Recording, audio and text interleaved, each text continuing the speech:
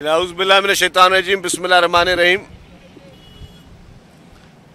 जैसा कि आप आज येलो लाइन BRT जो कि एक state of the art transport का प्रोजेक्ट है जो हुकूमत सिंध वर्ल्ड बैंक के इश्तराक से इस पे काम चल रहा है।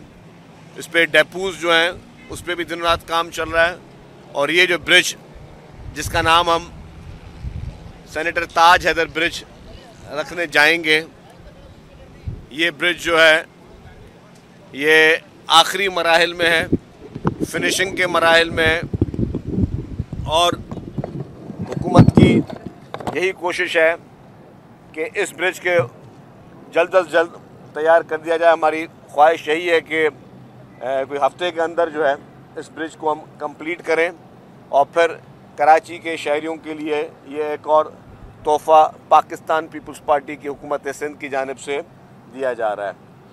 इस वक्त ट्रांसपोर्ट के बेशतर प्रोजेक्ट्स जो हैं वो हुकूमत सिंध उस पर काम कर रही है। इसी हफ्ते हमारी पूरी कोशिश है कि इंशाअल्लाह ताला जो हमारे सूबे की माएँ बहन बेटियां हैं उनको हम पिंक स्कूटर्स जो हैं वो हवाले करें ताकि वो अपनी सफ़री सहूलियात को बेहतर तरीके से EV की ये स्कूटर उनको मुफ्त में फ़राम होंगी।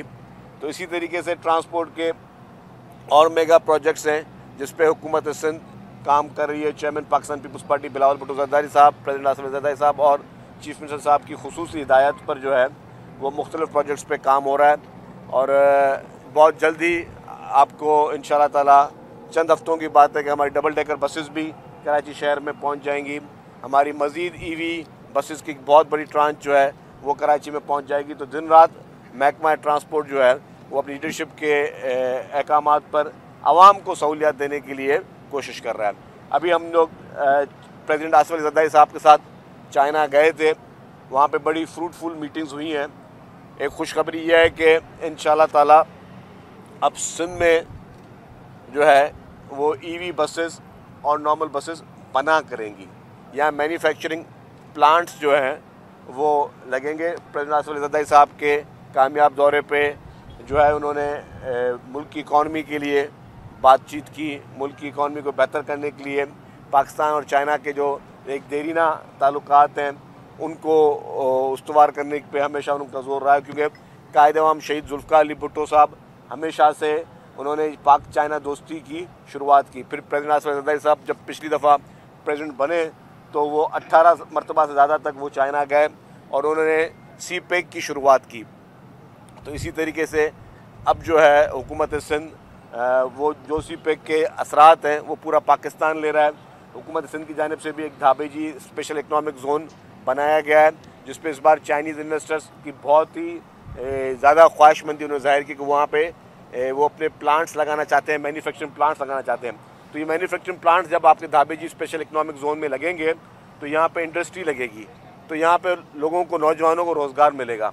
हमारी प्रायोरिटी इस वक्त जो प्रेसिडेंट साहब ने वहाँ पे भी बात की कि उनकी प्रायोरिटी ये है कि पाकिस्तान का इकनॉमिक पहिया जो है उसको आगे बढ़ाया जाए और उसके लिए ज़्यादा से ज़्यादा इंडस्ट्रीज़ लगे, यहाँ के मैन पावर को चाइना में ट्रेन करवाया जाए कि वो जो है वो उस ट्रेनिंग के साथ यहाँ पे अपना रोज़गार हासिल कर सके। तो बहुत सारे इस तरह की चीज़ें थी, एग्रीकल्चर से भी रिलेटेड चीज़ें थी, सारी चीज़ों पे बहुत ज़्यादा फोकस रहा। तो इंशाअल्लाह ताला हुकूमत सिंध की ये प्रायोरिटी है कि हर सेक्टर में आगे हम उसको लेके जाएं, जो भी अवामी मसाइल हैं उनको हम टॉप प्रायोरिटी पे हल करें। यहाँ पर अपना बता रहा है कि के वाले बड़ी बदमाशी कर रहे हैं।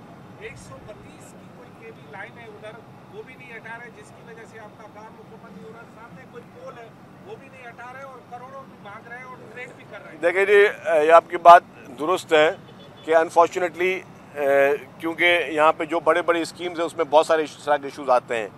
पहले रेड लाइन पे भी ये इशूज़ थे कि जो यूटिलिटीज़ का ट्रांसफ़र का एक बहुत ही इंपॉर्टेंट इशू था, उसकी वजह से भी काफ़ी प्रॉब्लम थे। फिर बाकी जो भी यूटिलिटीज़ PTCL की हैं या बाकी यहाँ पे भी पहले सुई गैस का एक इशू था, उन्होंने लाइनें ट्रांसफ़र करने के लिए करोड़ रुपए मांगे, वो उनको डेफिनेटली गवर्नमेंट प्रोजेक्ट का हिस्सा था उसमें दिए गए। अब वो के इलेक्ट्रिक के इशूज़ हैं, के इलेक्ट्रिक भी उनकी चीज़ें उन्होंने चेंज करनी है, वो भी उनको करोड़ों रुपए के बिल बना के बैठे हुए हैं। तो डेफिनेटली ये चैलेंजेस हैं वरना आपकी बात सही है कि हमारा ये टारगेट इससे पहले बहुत पहले था कि इस ब्रिज को हम कंप्लीट करें, लेकिन चलें चैलेंजेस हैं, लेकिन वो भी एक इदारे हैं, हमें उनसे भी डेफिनेटली हम बातचीत कर रहे हैं। मैंने सेक्रेटरी साहब को कहा है कि आज उस मसले को बैठ के हल करें किसी भी सूरत में, कि का मसला आज 24 घंटों के अंदर जो है वो हल हो जाना चाहिए, ताकि हम आगे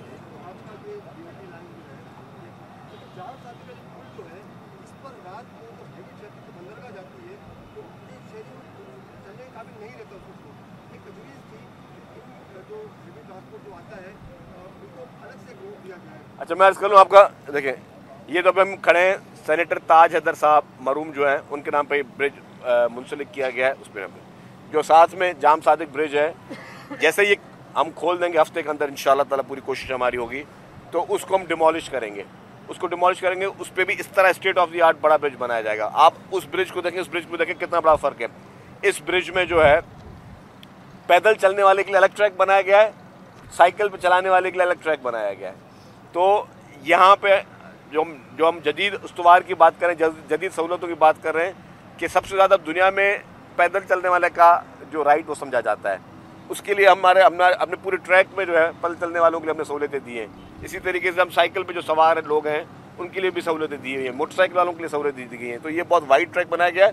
ऐसा ही पैरेलल ट्रैक बिल्कुल आइडेंटिकल हम वहाँ पर भी बनाएंगे, वो ब्रिज तोड़ के, क्योंकि उसकी हालत खस्ता है, उसको तोड़ के उसके बाद ऐसा ही state of the art bridge वहाँ बनेगा। तो फिर आपके जो शिकायत है वो उसमें हल हो जाएगा। सर ये बताइएगा कि पाकिस्तान चाइना का सर ये आपने चैलेंजेस का जिक्र किया, तो एक अमन अमान का चैलेंज भी जो है ना वो इस वक्त दरपेश है। रात हमारे साथी इम्तियाज़ मीर को टारगेट किया गया और national highway, main national highway के ऐसे स्पॉट पे जहाँ पर ये नामुमकिन है कि कोई किसी को थप्पड़ मार के भी भाग जाए। देखिए जी, बिल्कुल हुकूमत ने एक्शन लिया है और FIR भी कटेगी और जो भी कल्प्रिट होंगे उनको गिरफ्तार करेंगे।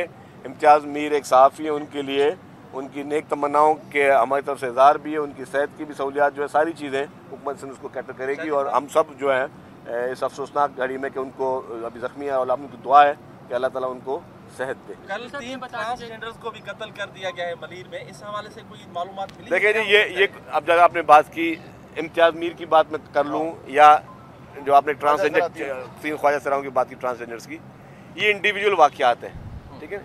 इंडिविजुअल वाक़यात, इनके पीछे कोई ना कोई पेशरफ्त है। खुदा न खास्ता इसको आप ये एक ज़मरे में नहीं लेके आ सकते कि ये कोई टेररिज्म की लहर है क्या है। ये इंडिविजुअल वाक़यात हैं, इनके पीछे कोई ना कोई मुहर्रकात होंगे, नहीं होने चाहिए। लेकिन अब जब तक कोई इंक्वायरी या इन्वेस्टिगेशन सामने नहीं आ जाती, चाहे वो हमारे सहाफ़ी दोस्त की हो या उन ट्रांसजेंडर हमारे जो हैं ख्वाजा सरा हमारे भाई हैं, तो उनके लिए भी तो जो भी जब तहकीकात होगी वो होगी। लेकिन ये बता दूं कि हुकूमत कल्प्रिट्स को किसी भी सूरत में माफ़ नहीं करेगी। सर आप हाल ही में चाइना से होकर आए, एक आपने खुशखबरी सुनाई कि EV बसें और जो दूसरी बसें हैं वो हमारे मुल्क में बनेगी। इसके अलावा ट्रांसपोर्ट में आपने कोई मनसूबा पर कोई अहम पेशरफ्त हुई है जिससे आप आगाह करना चाहें? देखिए जी, बहुत सारे मंसूबे जो हैं उन पर बातचीत हुई है और ख़ास तौर पर एनर्जी सेक्टर पे बहुत बड़ा काम हुआ है। मिनिस्टर नासिर शाह साहब भी साथ थे वफ्द में। तो एनर्जी सेक्टर पे, एग्रीकल्चर सेक्टर में, बहुत सारे सेक्टर्स पे पाकिस्तान और चाइना मिलकर काम करना चाहते हैं। एनर्जी एक बहुत बड़ा एवेन्यू है। सॉलिड वेस्ट मैनेजमेंट पे बहुत सारी इनिशिएटिव लिए गए। तो बहुत ज़्यादा मैं समझता हूँ कि एक संजीदा नौयत का और बहुत ही कामयाब दौरा प्रेसिडेंट नासिर जरदारी साहब का। चूँकि वफाक में मुस्लिम लीग नून आपकी एक इत्तेहादी जमात है, दोनों जमातों की मुश्तरका हुकूमत है, लेकिन पंजाब में एक मुहिम चल रही है ख़ास तौर पे सिंध के ख़िलाफ़। रज़ी दादा नामी एक सहाफ़ी है जिसको लेकर बाकायदा ट्विटर्स पर ट्रेंड पे चलाया गया, आपका एक बयान भी आया था उस पर। लेकिन ये क्या है, और उसमें भी पीपल्स पार्टी और सिंध के ख़ास तौर पर सिंधी लोगों को निशाना बनाया जा रहा है पंजाब की जानिब से। तो पीपल्स पार्टी के ख़िलाफ़ भी एक मुहिम चल रही है, क्या कहेंगे आप? देखिए जी, नहीं होना चाहिए था। मैंने तो ज़रा मैं यहाँ पे नहीं था, मैं शायद भरपूर इज़हार करता, लेकिन मैंने वहाँ से सोशल मीडिया के ज़रिए अपना पैगाम दिया था कि उस शख्स ने गलत ज़ुबान इस्तेमाल की, चाहे वो सहाफ़ी हो या कोई भी हो, गलत ज़बान इस्तेमाल करना किसी का हक नहीं है। आपको किसी से कोई एतराज़ हो सकते हैं, आप उसकी पॉलिसियों पर एतराज़ कर सकते हैं, लेकिन आप पूरी कम्युनिटी को इस तरह उसकी तज़लील करें, उसके बाद ठीक है स्टैंडिंग कमेटी में हो। लेकिन उसके बाद जिस तरीके से ऑफिशियली गवर्नमेंट की जानिब से और जमात की जानिब से जो ट्रेंड चलाए गए, मैं समझता हूँ अफसोसनाक वाक़या था। एक मेरे ख्याल से वो अफसोसनाक वाक़या था। इस वक्त फोकस क्या होना चाहिए? इस वक्त फोकस ये नहीं होना चाहिए कि हम एक दूसरे को गालम गलौज की, फोकस ये होना चाहिए कि इस वक्त जो सैलाब मुतासरीन है उनकी मदद किस तरह की जाए। पंजाब में इस वक्त सैलाब मुतासरीन जिनके लिए पाकिस्तान पीपल्स पार्टी और चेयरमैन बिलावल भुट्टो ज़रदारी साहब ने एक खुल के एक अपील की है कि आप इंटरनेशनल कम्युनिटी को इन्वॉल्व करो। ये बहुत बड़ी कैटास्ट्रॉफी है। लोग वहाँ पे इस वक्त गंदम के लिए, रोटी के लिए परेशान हैं। लोगों की फसलें तबाह हो गई हैं। आप बेनज़ीर इनकम सपोर्ट प्रोग्राम के ज़रिए लोगों की इमदाद करें, लोगों को आप सहूलत पहुँचाएँ, क्योंकि वो है ही गरीब लोगों के लिए। हुकूमत ये कर रही है। लेकिन जी प्रेसिडेंट आसिफ अली ज़रदारी साहब ने हमेशा वो बात की जिससे पाकिस्तान को फ़ायदा हो। इससे पहले 2008 से पहले पाकिस्तान गंदम इंपोर्ट करता था।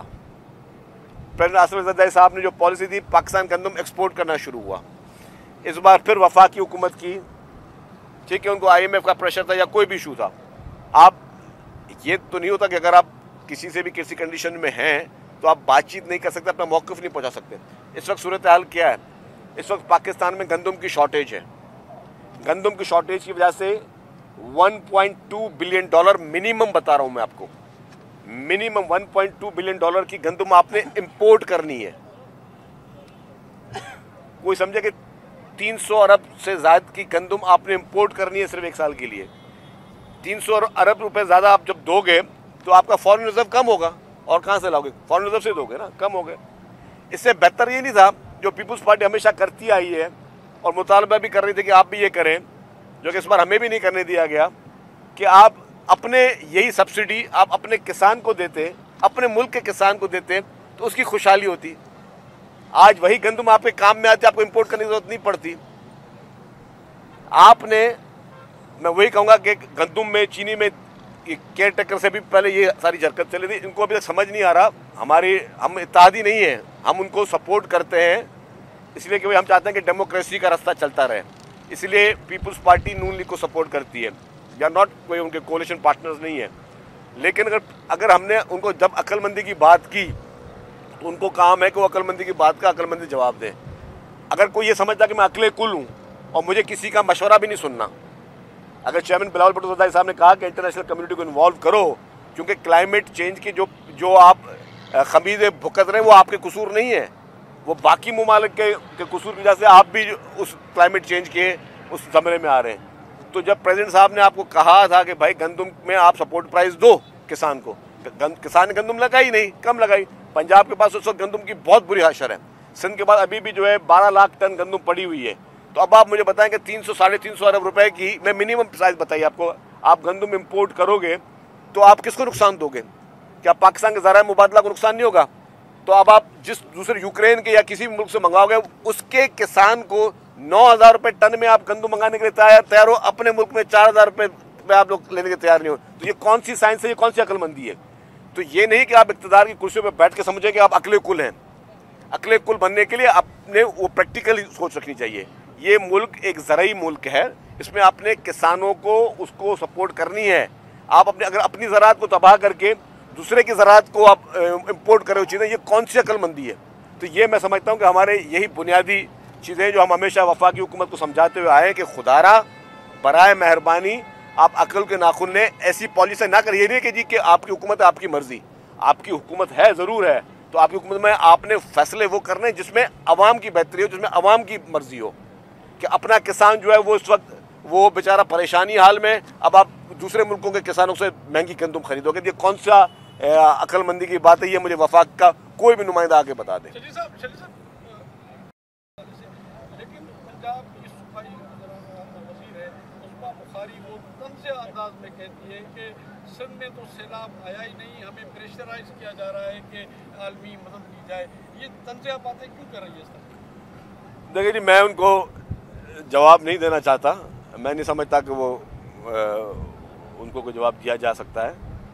बात यह है कि इस वक्त अगर कोई फैक्ट फाइंडिंग रिपोर्ट बने पंजाब के सैलाबों की ना, तो पता चल जाएगा कि पंजाब में इससे कम तबाही हो सकती थी, जो कि अगेन ना तजुर्बेकारी की वजह से तबाही का जो दायरा है वो वसी हो गया।